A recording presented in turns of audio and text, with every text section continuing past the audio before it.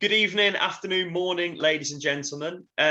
November's been a bit of a different month than October one. Unfortunately, we didn't remain unbeaten, but we did win the one game of the month that we wanted to, followed then by typical Walsall, who lost to the worst form team in the country. Harley, thanks for joining me again. And before I let you do your hellos, Harley pointed out that I was wearing what looked like a Port Vale shirt. Disclaimer, it's not. It's an Udinese shirt that someone who may watch this actually bought me for a birthday present. So please do not tarnish me with Port Vale's name, okay? As always, thank you for having me, Rob. Yeah, we just wanted to get that cleared up straight out the gates. I didn't need to. It's not to. a Vale shirt. You brought it up. I just wanted to make sure everybody knew that you don't back the Vale now. No. Not now, never. Like not ever. Not ever. We will weirdly get onto that. But firstly, how are you doing, Harley? It's been a long few weeks since we last spoke. It has, yeah. I'm doing all right myself. It's been a bit of a roller coaster of a month. My heart rate has gone up and down and just about every direction. But yeah, how are you doing? Not bad at all. Again, it sort of feels that this has been the month that is probably what we should expect from Walsall going forward. Yeah. And, the harsh reality that you can change all the players, you can change the back room, you can change the whole club, but we will concede late goals to teams that we should be beating. Yeah. I don't even remember from the last episode, you said to me, if we lost every game, but we beat Vale, would I be happy? So I can only say, from my perspective, it's been a good month. Okay. I have to say that. But that was foresight. That was foresight. How do you feel as a whole after the month? I mean, I'm not overly happy with it. I'm extremely happy we beat Vale. Extremely happy. I can't stress that enough. But it feels like what could have been. We could have really been pressing playoffs, and we should have been from what we had last month, and we haven't done that. We've lost games that we shouldn't have lost, and it feels like a missed opportunity, I think. Yeah, I think like if we kind of start going back through, I mean, every month I forget who we've played, so I've got it open here. I think we'll both agree that it kind of the first two games, the two cup games, largely went how we expected.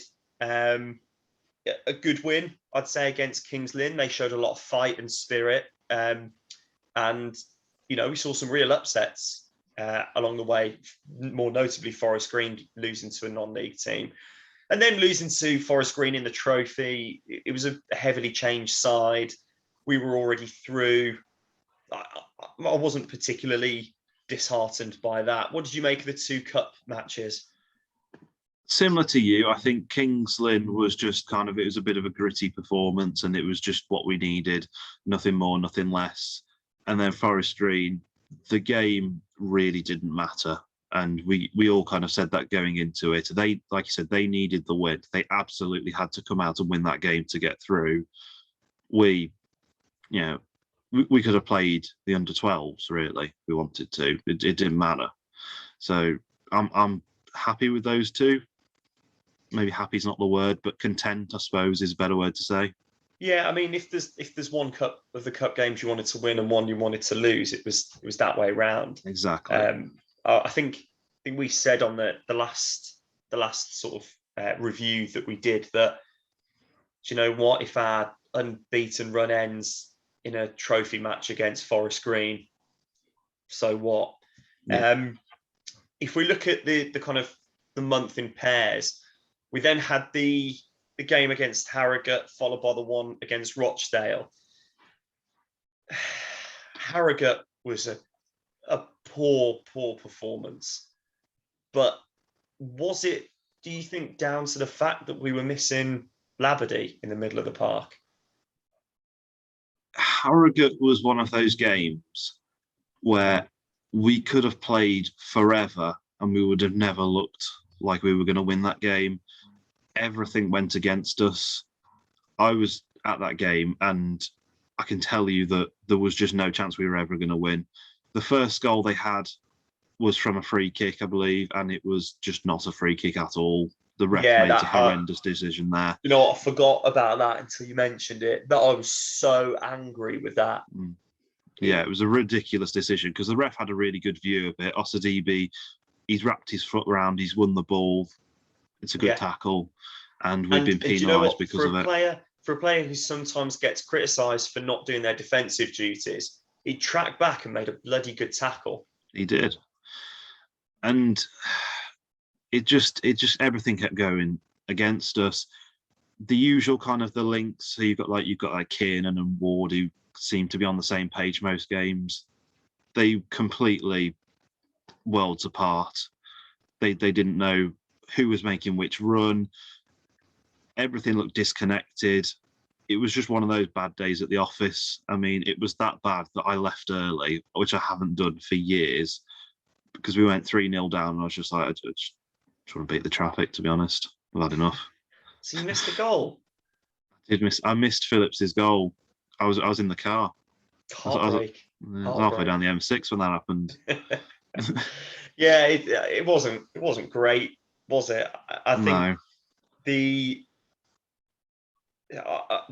There's only been 2 times that I felt all sort of well and truly been. Well, actually, no. There's only been once that I think we've been well and truly beaten in a game, and that was against Forest Green. Yeah.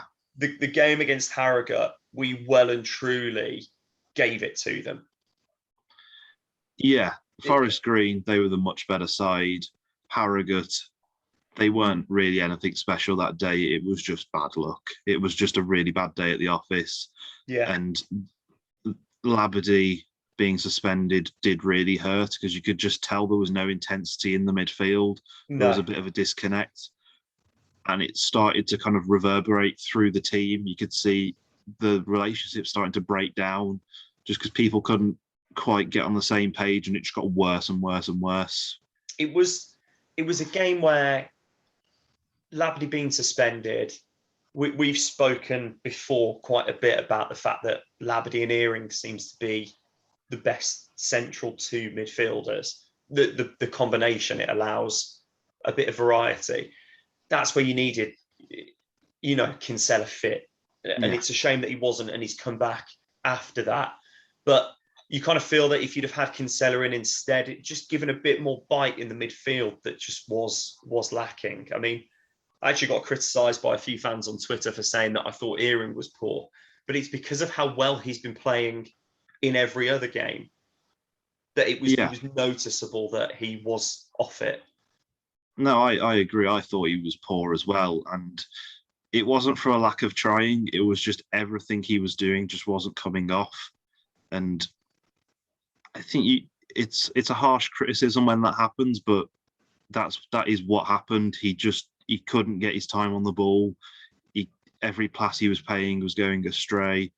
It just wasn't his day, like a lot of the players on the pitch. But yeah, no, I agree with you that Earing was not good that day. But then none of the players were really any good that day. It was just really, really bad day. Moving on to possibly the most forgettable game of the season, Walsall 0, Rochdale 0. I mean, do you have much to say about that? I was at that game, and I don't remember being at that game because I'm trying to think what happened. And the players came out at the start. They went in again at half time. Yeah, there was Miller had a couple of opportunities he probably should have scored. That was really about it. It was just, I mean, it was the most 0-0 game I think I've ever seen. Yeah, I think that's where I noticed that how good and frustrated Miller must be getting. Yeah, because and this is something that I definitely came across in the Port Vale game. Neither of us were at Carlisle. firstly, well done to all 293 who travelled. That is a Absolutely. great effort. And Joe Edwards. And Joe Edwards, who had a nightmare of a trip. I was regularly checking in with him just to make sure he was okay. But yeah, I think Miller is starting to look isolated. And against Rochdale, had a couple of chances, but you can't really blame him for not scoring. Yeah. And he works damn hard for the team. He does. What I've started to notice is that the success we were having with Miller was it was a lot of route one passing, trying to lump it up to him to get him in behind because he's tenacious and he'll chase down the centre halves. They've started doubling up on him, which is something a few of the teams, Rochdale, Harrogate, Vale, they all employed it.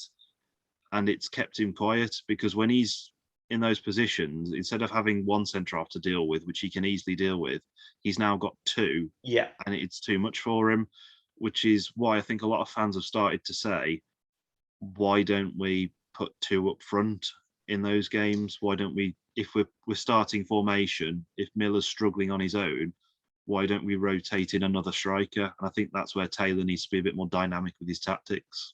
Yeah, I think personally, I think Phillips could join him up front. Yeah, I do as well. Or Wilkinson. Or even Shade. Yeah. Shade can play there. I think maybe switching Osadibi for a striker would probably be the best way to do it, so that you can keep your wingers, you can keep that midfield pairing. I think you would lose a lot of it by dropping Osadibi into a central midfield too. Yeah. And he's performed better in a central attacking midfield role. But like you said, if you've got someone like Phillips, who, to be fair to him, he's scored a fair few goals this season. And yeah, give Miller that support. It might just free him up to kind of get going again. But I'm stealing this completely from One Pod Beyond. I wouldn't want any other striker on instead of him, though. And that's without him scoring for a few games. No, absolutely. I think that's the tricky thing, is because you don't want to take him off, but it is tricky because you see how tired he is at the end of the games. Like, he does run his socks off. Like, he's absolutely exhausted. Like, his hands on his knees at corners trying to catch his breath because he's that worn out. But then he's the deadliest player we've got. But he does need a little bit of help.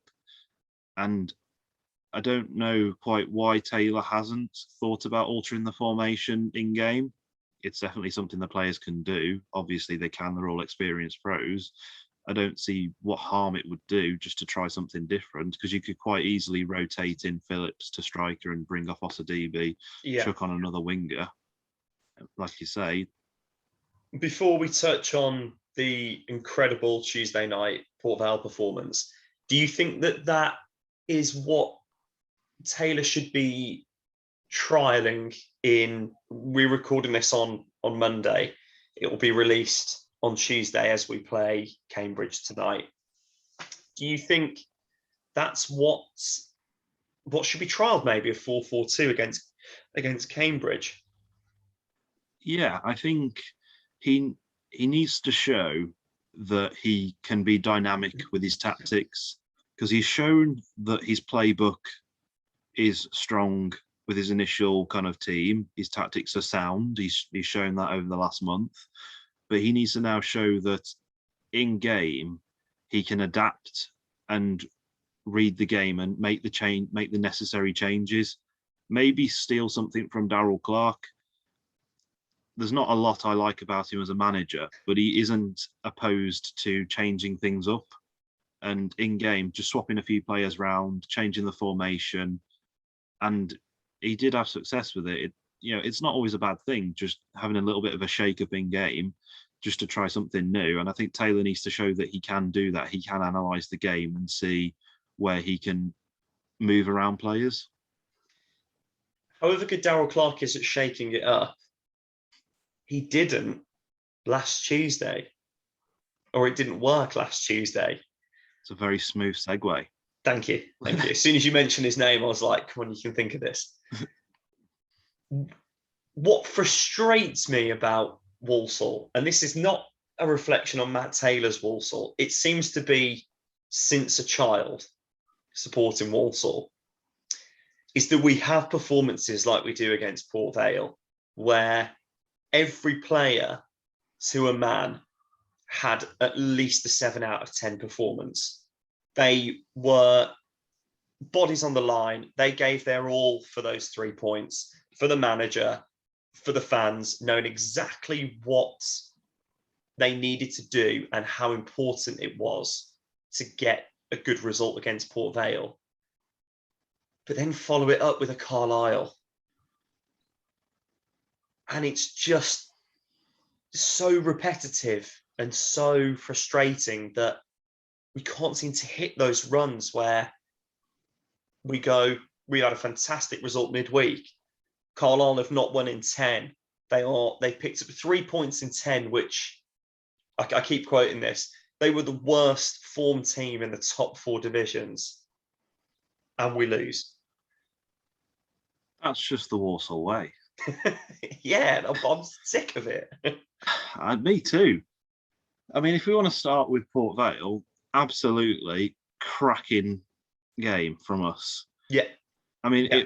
it wasn't the best we've ever played, but it was gritty and it was exactly what we needed. Every player came out and threw everything they had at winning the ball back. Even Kinsella, who played the last 10 minutes or so, he was diving into challenges just to make sure that they didn't get another chance. Yeah. Like that's what I love to see, is when the players just go for us. From minute one, we were much hungrier. And that's the baseline for what fans want, is that hunger and desire. From minute one, we want to show that we are the team on top, that we're going to dominate this game. It's going to be at our tempo. If you want to try fancy tricks, little intricate passes, we're just going to nail you. We're not going to let you do it. And it worked. I love that. If you try your fancy tricks, we're going to nail you. But you're right. And watching it, sort of, I expected the first 10 minutes to be the way it was. I expected that Clark knew we'd come out fighting. So would tell his side, just hold back because we don't want to create gaps early on. But after the first 10, it'll settle. But Walsall didn't. They kept that tempo going. And I think it was after that sort of 10-minute mark that Vale started putting a lot of passes out of touch or giving it straight back to Walsall. And not criticising Walsall in the slightest, but Vale made it easy at times for Walsall to win the ball back. Yeah. I think they were quite wasteful. And I think it was the pressure we were applying, like you're saying. And it was the kind of ruggedness of the performance. I mean, if you want to talk about players, Manny Month was exceptional that game. Incredible. I've not seen a performance like that from a centre half in a very long time. The way he just dominated their attack. Yes, they were missing 2 strikers, but one of them did come on. I mean, he did, but he didn't do very much. No. But he made at least 2 key blocks, maybe even more. He chased back and made some pretty incredible tackles when the keeper was 1v1 with the striker. You're thinking this is a goal. In comes Month. He made Menese look average. And Menese is our best centre half. And that's his job, to make Month look average. And that's how good he was. Yeah. He was everywhere. For me, the best bit of defending he did was when Stephen Ward completely missed the header and Vale were through and he made a sublime sliding block. That was... Yeah. And that was the moment that I went, we could do this. And I know that was in the first half, but there was just something that when I saw that, and like you said, I went, this is Month making that sort of proper body on the line. He was fantastic. He was. I just love how like strong he is. I love the fact that at corners he'll just hold two opposition players down, and he does it with ease, and he just does that all the time. Like you try and get one past him, he'll shield the ball. It's like running into a brick wall. Yeah, You can't get near him. If it's he doesn't want also you near a ball, he will not let you near a ball. He could probably throw one of the Vale players out the ground if he wanted to. it's also incredible how many times he's going to try and not say goes down easily. How many times he's pushed to the ground while shielding a ball. Yeah, he's clearly been practicing the dark arts. But it works every time. It does. And then you can tell that all the opposition fans and the players are furious because he's this massive bloke who's clearly strong enough that if he gets shoved in the back, he's not going to go down. But Yeah. the refs buy it every time because he's very convincing. Yeah. Yeah, we love it. Don't ever change, Monk. I just love him. I do. He's I brilliant. think it's brilliant. But it goes, like you said, Month had a great game. I thought Hayden White had a really good game. And I thought Labadie had a great game. Labadie was exceptional. But when post-match, when we're all kind of analysing it on Twitter, barely anyone mentioned Kiernan, who scored the goal. Yeah. Kiernan, yeah, he had a pretty good game. I mean, I wouldn't say, I think it was because it was more of a game for the battlers in the team. Yeah. For your Monts and your Labdies, the ones who were going to dominate and break down. Because attacking, we were all right, but it was nothing special. It was how we kind of in the midfield and the defence, the tenacity we showed there, which was the really impressive thing. I mean, Kiernan took his goal exceptionally well. I mean, it was very hard to see because it was the other end of the pitch. As I said to you, it was one of those painful nights where I had to watch it on iFollow because there's no way I could get up to Vale in time for the kickoff. Every bit of me is saying, pass the ball. And he just placed it so sweetly. So sweetly. I didn't even see the runner up until I watched the goal back. I just saw Kiernan and everyone's eyes were just focused on him. Probably because we probably couldn't even see the other runner, to be honest. Yeah, like I say, it's very far away. The lighting is not very good at Vale Park. Anyway, but you could just see everyone just willing him just to shoot, just to put it bottom corner. And he did, and it was just wonderful. Just it's that moment where it leaves his foot and everyone just kind of goes. Yeah. And then you see the net ripple and it just explodes. And even if he didn't do anything for the rest of the game, that goal it writes him into folklore. Just getting one over on the Vale again. Yeah. Over on Darryl Clark. And just the calm as you like celebration. Just the slow walk, hand on hip, phone call. Oh, mate, just give it to me every week. But however good that team performance was, they just didn't follow it up. And it was a game where, I mean, I haven't looked at the table or today, that even a draw, a point on the road, and we'd have stayed in 11th. Yeah. And we would be, 5 points off the playoffs. But a win, and with the league fixtures we've got coming up, you're starting to look and go, we could actually be in like a shout with it here if we've come off to like back-to-back wins. But it's just a disappointing kind of result. It's just disappointing. Yeah, it is. It really is. And there's something that I've seen a lot on Twitter and Facebook, and maybe it was a bit of a hangover from Tuesday. I mean, we know that fitness has been a little bit of an issue. Their players ran their socks off on Tuesday. Maybe they were just a bit tired. I mean, it's not a good excuse, And I'm not Yeah. making excuses for them, but maybe they just were a bit worn out. I mean, the fixtures are going to come in thick and fast. Maybe it was just one of those days where they just weren't quite up for it. Maybe they needed a few more days to get ready for it, but it just wasn't anywhere near what you'd want. I mean, Vale is now the baseline. That is what we want to see. Yeah. And we know they can do it because we have seen it. We've seen, I think this is the thing. We saw a confident attacking Walsall side against Oldham, where after the disappointing Scunthorpe game, where we really didn't get going against them, Oldham was they're the three teams that are struggling the most this season. Yeah. And we picked up 4 points. It's got to be better. It has to be. It has to be better.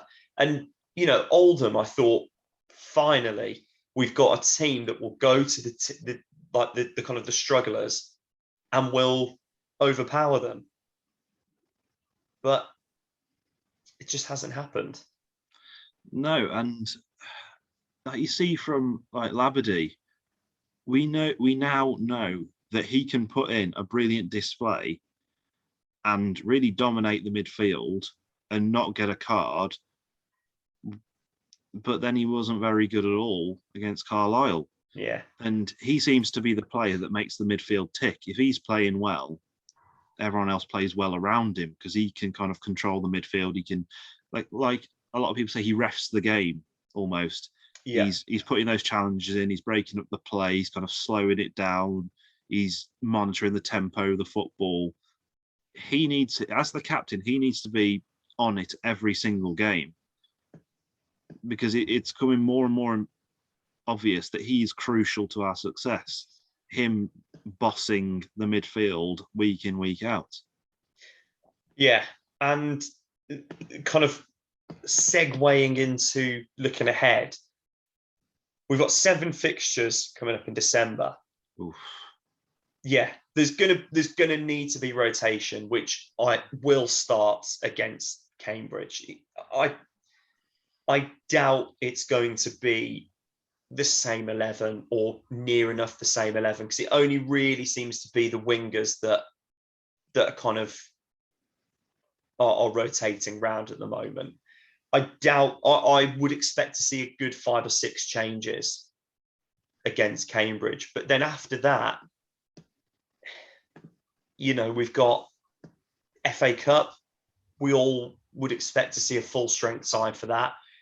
Then another midweek against Crawley, which is a big game. Crawley and Colchester, back-to-back home games, they're big games because if we pick up, say 4 points from that, we'll be in a much stronger position. Where if we only pick up 1, it is, suddenly the top half, top 10 kind of season that we'd like to have suddenly starts to just begin to look less likely. Yeah, I think the problem is that when we don't play very well, we're losing, and that's something that I think last month kind of showed that if we don't play well, we can at least come away with a point and go, that's a fair point because we weren't that good. We need to make sure we don't slip back into that. If we're not playing well, we lose because we give away a silly goal. The goal that Carlisle scored, bearing in mind this is a team that haven't scored in God knows how many minutes. It's a bit ridiculous how long they haven't scored for. And it was an easy goal in the 88th minute. It was Sunday League defending. Why? Just finish. If you're not on it, it's not our day. At least see out the point at the very least, because that's how you get those top half finishes. Is on your days off, you at least get the point. Yeah. The good news is that Connor Wilkinson's back. Absolutely. Liam Kinsella is now able to play more minutes. Mm-hmm. And although it might not be just yet, Rory Holden is back on the grass training. So there's players there coming in that offer a lot of depth. The bench is starting to look stronger with the return of Kinsella and Wilkinson. Actually, it's quite impressive that at the weekend we'd got Khan, Shade, and Phillips all on the bench ready to come on. Yeah, it is.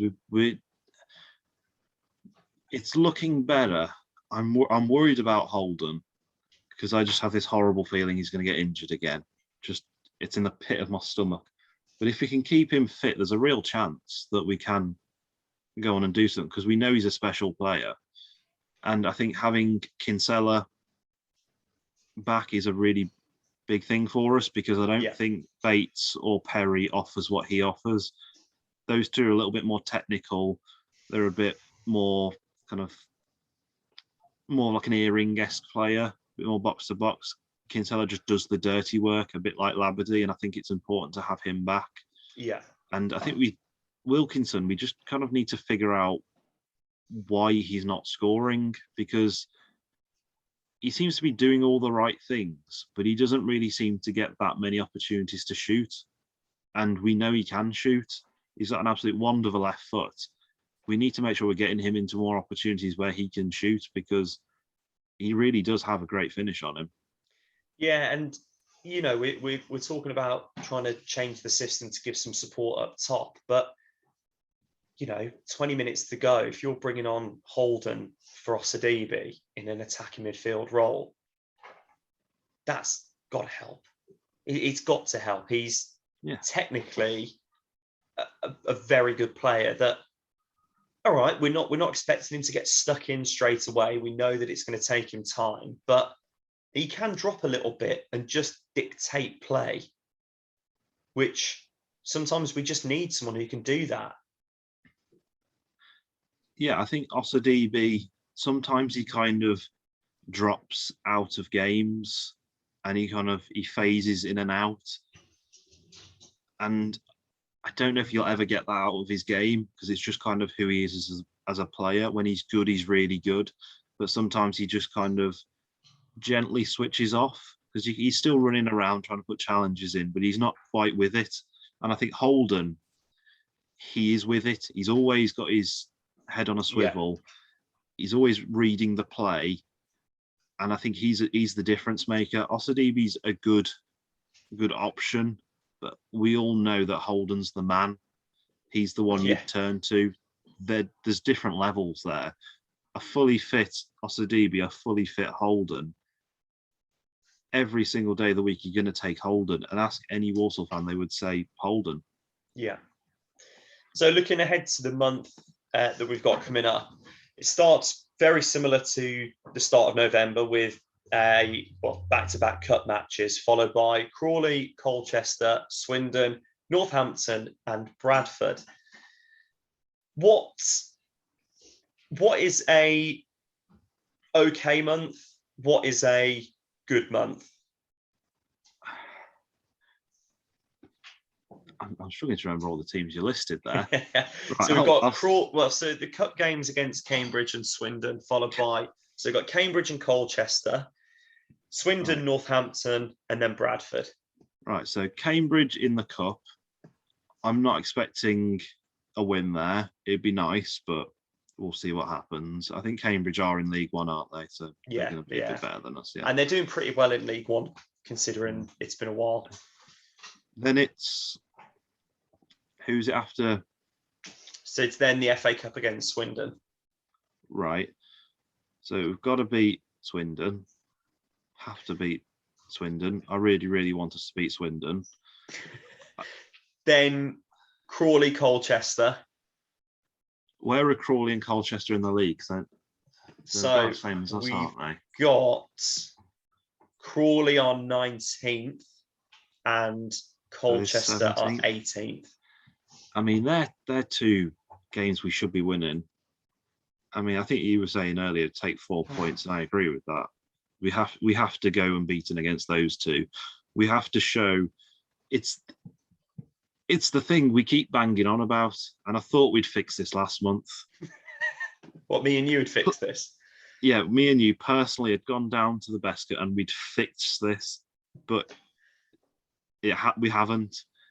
Can we please just beat the teams we need to beat? I love beating Vale. I love it when we'll beat like an Exeter or someone like that. But can we please just win the games that we should be winning? Is it a lot to ask? I don't know. It's sounding more and more desperate month on month. It went from we can beat them to you with like a cap out being like, please. I just don't understand. But I've been a Wolves fan so long and it's just never changed. I don't understand it. Well, look, after that, we've got Swindon and Northampton who are 4th and 2nd. So 6 points there then. Probably. I mean, there is one thing I will say. Whenever I go on an away day, and I'm doing both of those, we tend to come away with a result. Great. Well, you've just gone and ruined that. In the last few years, I think all the away days I've been to, we've only lost once, and that was Shrewsbury a good couple of years ago. Every other away day, we've either won or drawn. So my presence clearly is doing something for the team.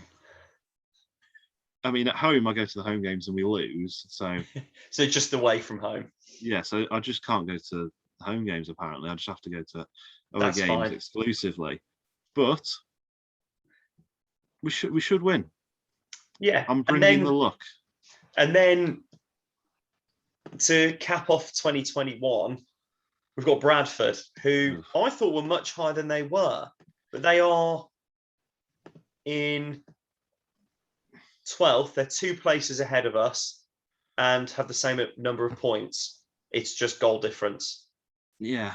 I can't decide whether this League Two, whether it's good or it's bad, because there's so many teams. Other than like Forest Green, there's so many teams so close together from like about kind of like second to like where we are. Yeah. I'm like, they're not that much better than us. So does that mean that we're good, or we're bad and they're also not very good? I don't know. Yeah. But I mean, I feel like apart from Forest Green, there isn't really anyone who's head and shoulders above anyone else in that kind of area. We're sat 14th. I look at all the teams above us, and so we've got going up the table. Rochdale, really, we weren't great against them. They weren't very good against us. No. Salford. Gosh, I don't know how they've shot up to where they are. No. Well, because they were easily way behind. Because they've won 2, drawn 2 of their last 5. And that's all it takes. Mm. This is it. We beat Salford. Yeah, we did. We scored in the first and last minute. Then it's I'm just going up the teams that we've played. Yeah. Then it's Tranmere. Opening day, new team. They beat us 1-0. Not really much in it. No. Newport, last minute. James Clark was always going to happen. Leyton Orient just edged it in that game. Mm-hmm. Harrogate, well, less said about that, the better. Then it goes Sutton and Port Vale, who we've beaten. Mm-hmm. And then Exeter and Forest Green, who we've drawn and obviously got battered by. But we've held our own against those clubs, or a lot of those clubs, except for Harrogate and Forest Green. Yeah, all it takes is a good run. But it's not a particular... This is what I'm trying to figure out. Is it a strong season with a lot of strong teams, or is it a weak kind of table with a lot of weak teams? Because it doesn't seem like there's really much in it. Like, anyone can beat anyone, and all it takes is 2, 3, 4 good results in a row, and you're in the conversation for playoffs. I can't remember whether we spoke about this pre-season. We did, but I can't remember whether it was recorded or kind of unrecorded. The unrecorded bits are never really that worth it.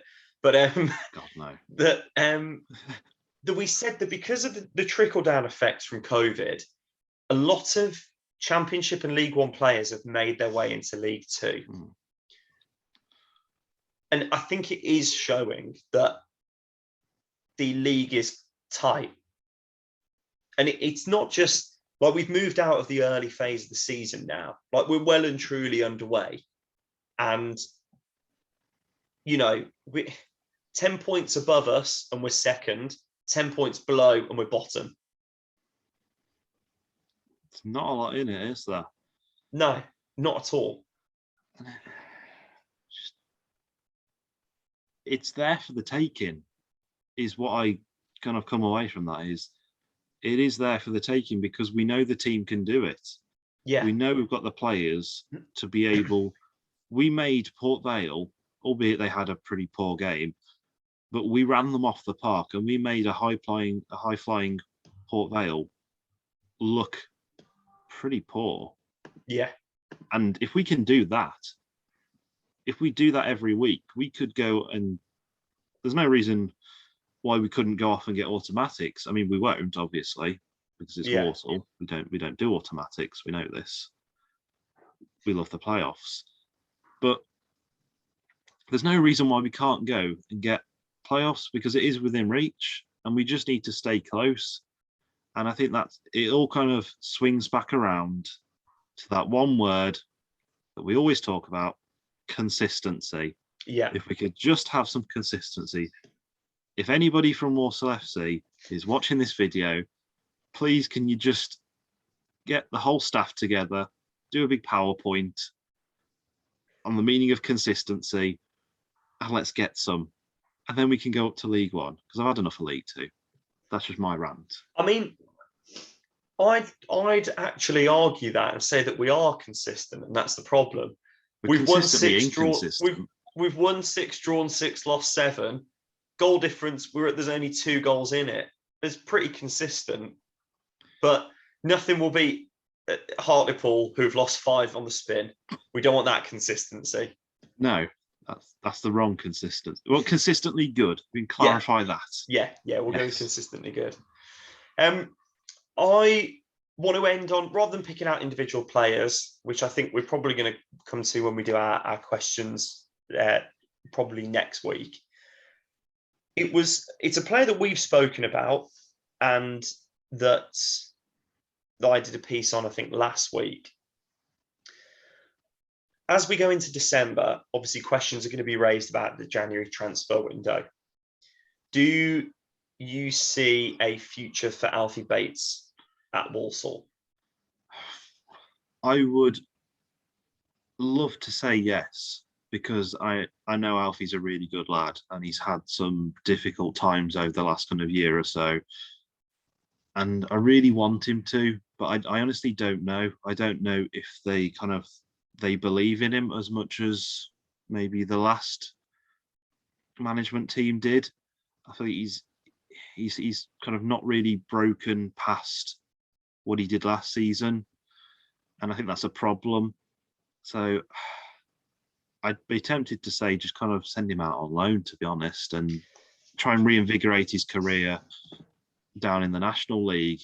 Yeah. Because I don't think he's near it at the moment.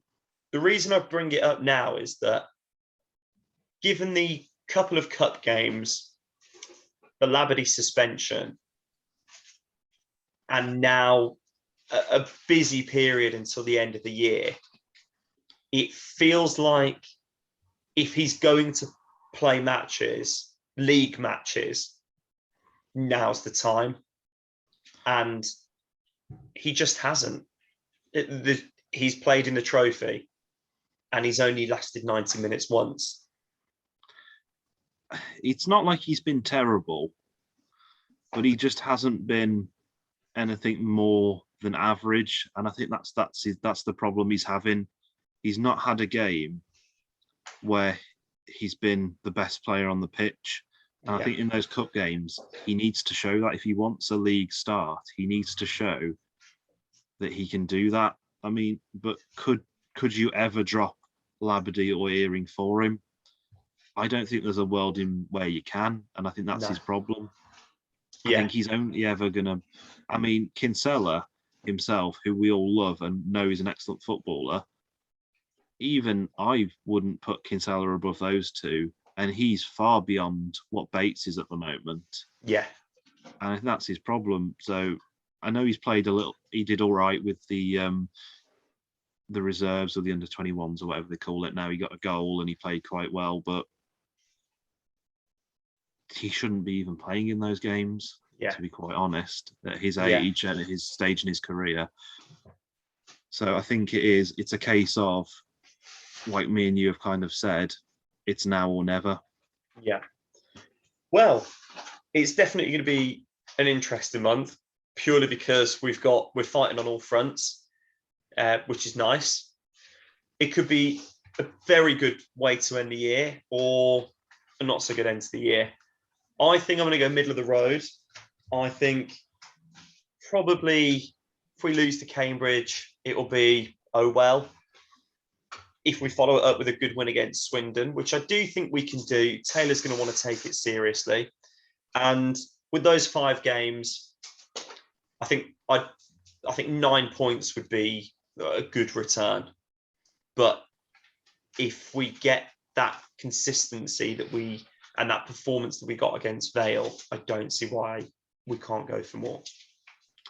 Yeah, I think we're going to exit at least one cup. I think it's probably going to be the Papa John's where we get knocked out. Hopefully we can come out with a fighting display in the FA Cup. I think you say 9 points. I'd say 9 points for me is a minimum of what I'd want. I don't want anything less than that. Ideally, I'm saying we're going to have a bad game somewhere, so I'll throw in a loss. I think we need to be unbeaten in 4 of those games. Yeah. And we need to win at least 3 of them. So I'd say like 10 points is what I'd want, and to stay in the FA Cup. But I don't know, we'll see. We always seem to, end every month and begin every month in a very different position. Yeah. Well, look, the people of Walsall have heard your plea. There's going to be consistency, and we're going to pick up double figures and progress in the FA Cup. They better do. If they've watched this, they better do. If they've watched this, they better do. I don't think there's a better quote to sign off on. Harley, thank you for coming on. Thank you for having me. It's been a pleasure as always. It's been funny as we've gone on doing this, just the level of we can do this to now come on Walsall, we can do this. Now come on Walsall, stop being silly. We can do this. Let's have more nights like Vale and less like Harrogate and Carlisle away.